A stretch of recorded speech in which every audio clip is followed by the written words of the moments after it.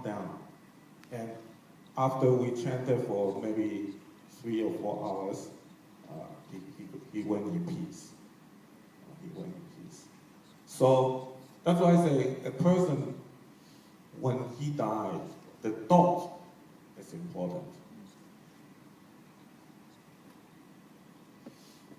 The Buddha says it like this: if a person who cultivates positive thinking all the time, like the wind blowing, and the tree grows.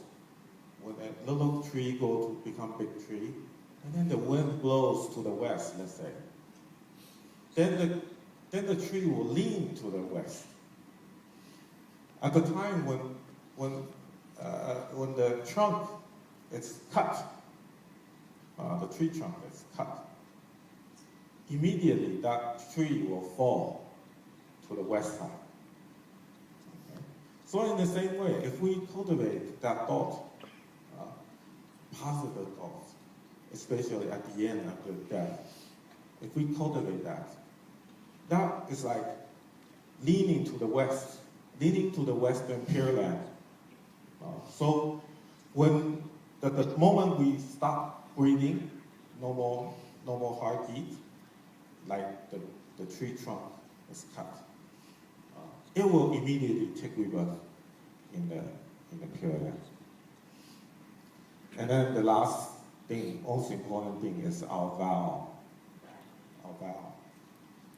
Making a vow, I wanted to take rebirth in the Pure Land. It also has a great power. Or I want to come back as a human being. Because of my positive karma in the past, I will come back as a human being again. I will take rebirth in the Pure Land. And that is like adding the strength to the direction for the rebirth. And so I say that death is like a tunnel, transition. We usually are afraid of it because we don't see the light on the other side. But Buddha says to us that there is rebirth. So the problem with death is we never die. We will not die. Only this physical body dies. But life continues. Life continues. So that's why we need to see that if we have this body and without death, then it's actually suffering. It's actually suffering.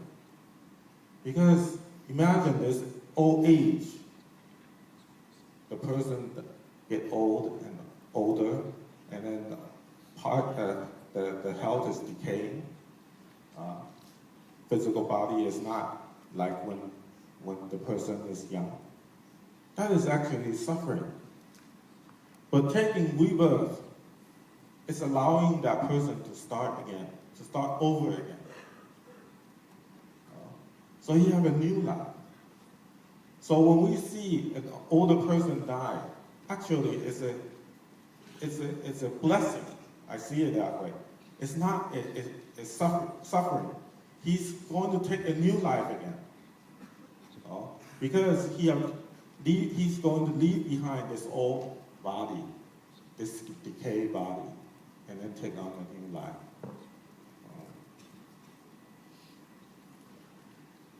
I remember my grandmother when I become a Buddhist monk. I said to my grandmother, I was born in Taiwan. I was raised by my grandmother. And she just passed away last year at 94. I said to her when I become a monk, I said, I will dedicate my merit of becoming a monk to you. Hopefully you will live up to 100 years old. She says to me, do not give me more trouble. Do not give me more trouble.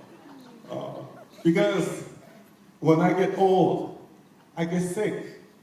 And then I cannot do the things that I do usually when I was younger. So don't give me any more trouble. I better go. If I go, it's a relief for me. It's not suffering. So that's why do not see death as a negative thing. It may be a positive thing.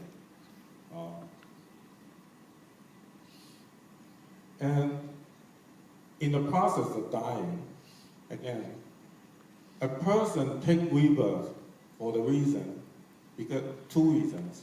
One, there's karma. Karma is like a seed. Karma is like a seed. And at the moment of death, because of our defilements, we still have defilements.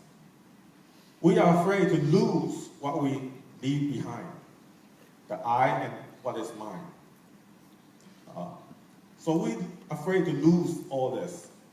This defilement, this delusion, kind of like water. Karma is like the seed, and the defilements are like the water. So it kind of helps the seed to germinate.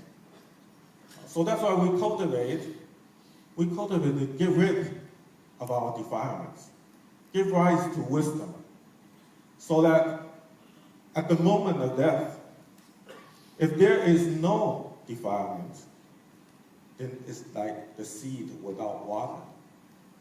It can sit on this table for millions of years without the water to help it to germinate. It will not grow.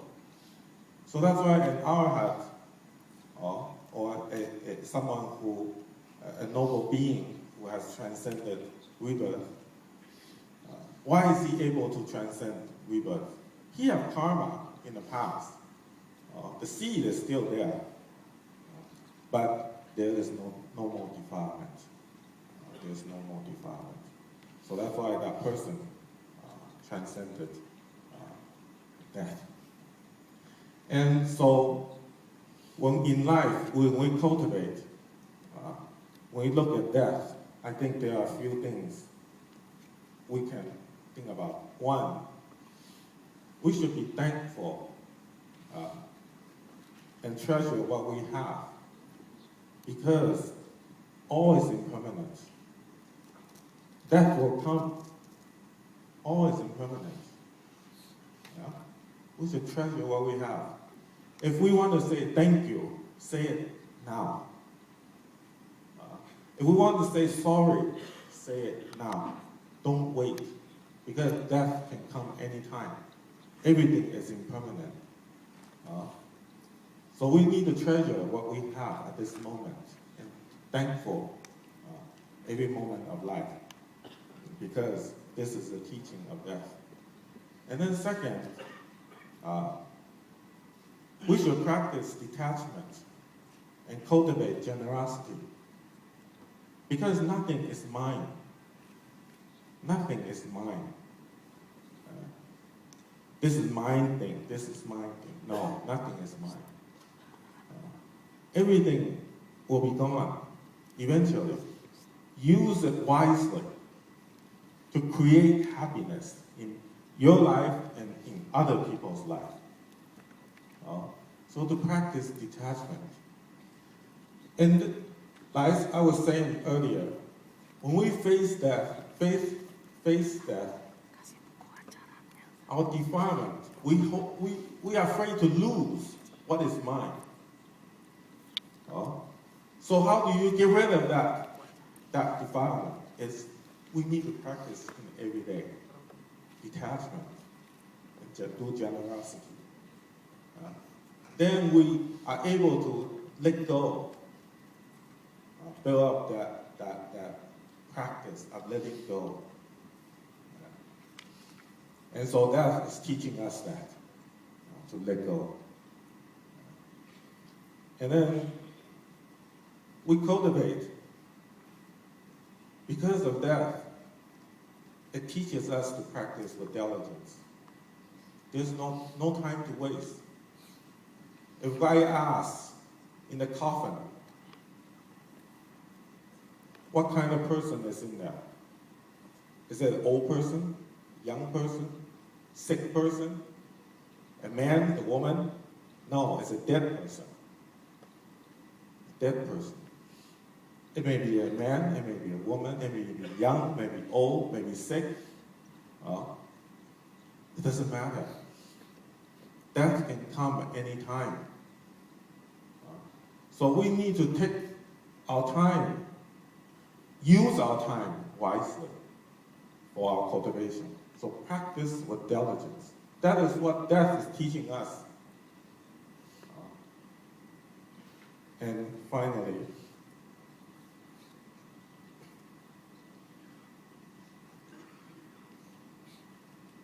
if we have this understanding and give rise to a mind of renunciation, generosity, compassion,